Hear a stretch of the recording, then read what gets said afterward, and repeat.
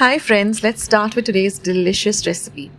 So now I'm going to dry roast 2 teaspoons of peppercorns. Dry roast this for about 5 minutes on a very low to medium heat till you get the lovely aroma of the peppercorns, and then transfer them to a very dry mixer jar. Now I'm going to roast 1 teaspoon of jeera or cumin seeds for about 2 minutes. Transfer that also to the mixer jar. Roast all this really well.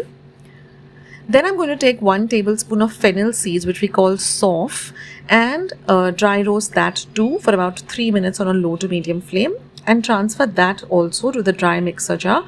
Let this mixture completely come to room temperature, and then you grind this to a very fine powder which looks like this. Set this aside. Now I've taken a nice Goan large pot, mud pot, which I love to make this in, and I've added 2 tablespoons of ghee or clarified butter. Once the ghee is hot, I'm going to add 1 teaspoon of jeera or cumin seeds. Then I'm going to add about 5 to 6 fresh curry leaves, and I've taken about 6 large cloves of garlic and chopped them really fine. Now fry the garlic and the curry leaves really well till the garlic becomes a little light brown in color. Now I'm going to add 2 large onions that I've sliced really fine, and we are going to fry the onions till they are a little bit, a light golden brown in color. Now what happens is, with these earthen pots or the mud pots, it takes a little longer time than it would with a steel pan or a cast iron pan.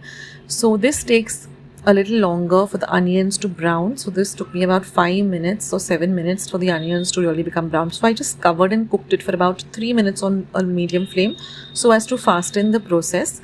The onions softened a bit, and then I just continuously stirred them on a medium to high flame till they were a light golden brown in color. Now keep an eye on the onions. We don't want the onions to burn, but they should be really nicely cooked. So I'm stirring continuously and cooking it on a medium flame. Guys, you have to try out this dish. It is super delicious and very easy as well. Now you can make your dry powder mix ahead and keep it in your fridge and use them whenever you want to make this.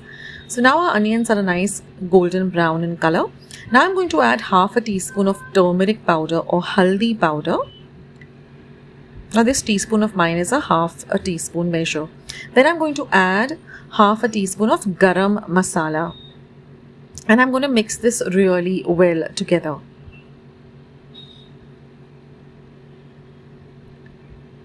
Now I've taken 400 grams of boneless chicken breast and cut them up into cubes. I'm going to add that, but you can also work with chicken on the bone.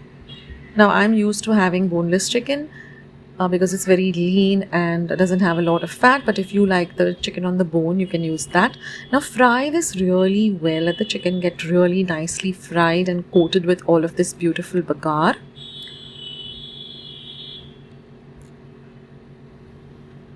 And now I'm going to add some salt to taste. So here you can see I'm adding roughly about 1.5 teaspoon, but you can go with whatever you add, whatever you like. So always add less salt first, because you can always add salt after tasting the dish once it's ready. Never add a lot of salt first, because no one wants to eat a very salty dish. So always go low on the salt. Now I'm just going to add 1/4 cup of very hot water. This will help in cooking the chicken really well. And now give everything a nice good stir. And we're just going to cover and cook this on a medium flame for about 3 minutes. Now chicken is something that really cooks very fast, especially the boneless chicken. Now our chicken is nice and cooked. The chicken on the bone might take a little longer, but see that your chicken is cooked. You can take out a piece of it and just cut it with a knife or a spoon, and it should really come apart very easily. Now I'm going to add this lovely spice powder mix that we roasted all the spices and ground to a very fine powder. That is the main star of the dish. That is the one that gives it a real good flavor. So like I said, you can make this and keep it in a larger quantity in your refrigerator, and whenever you want to make this pepper chicken, you can just use it. It makes work really easy. Now the aroma in my kitchen is mind blowing. I can't wait to dig in to this dish because it's a very semi-dry dish, so it goes very well with tandurachi bhakri or rice bhakri. You can have it with sannas, you can have it with poes, you can have it with rice, with pulao. And now turn the heat off and just garnish it with some lovely fresh chopped coriander.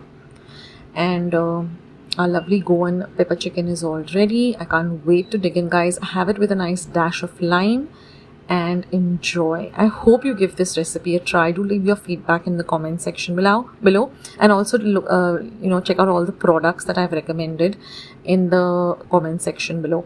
And do write to me. I reply to almost everybody. And go and check out my channel. I have so many recipes. I think more than 2,500 recipes. So give it a check. So I'll see you next in my next video sooner than you think. This is Akshata signing off. Bye, guys.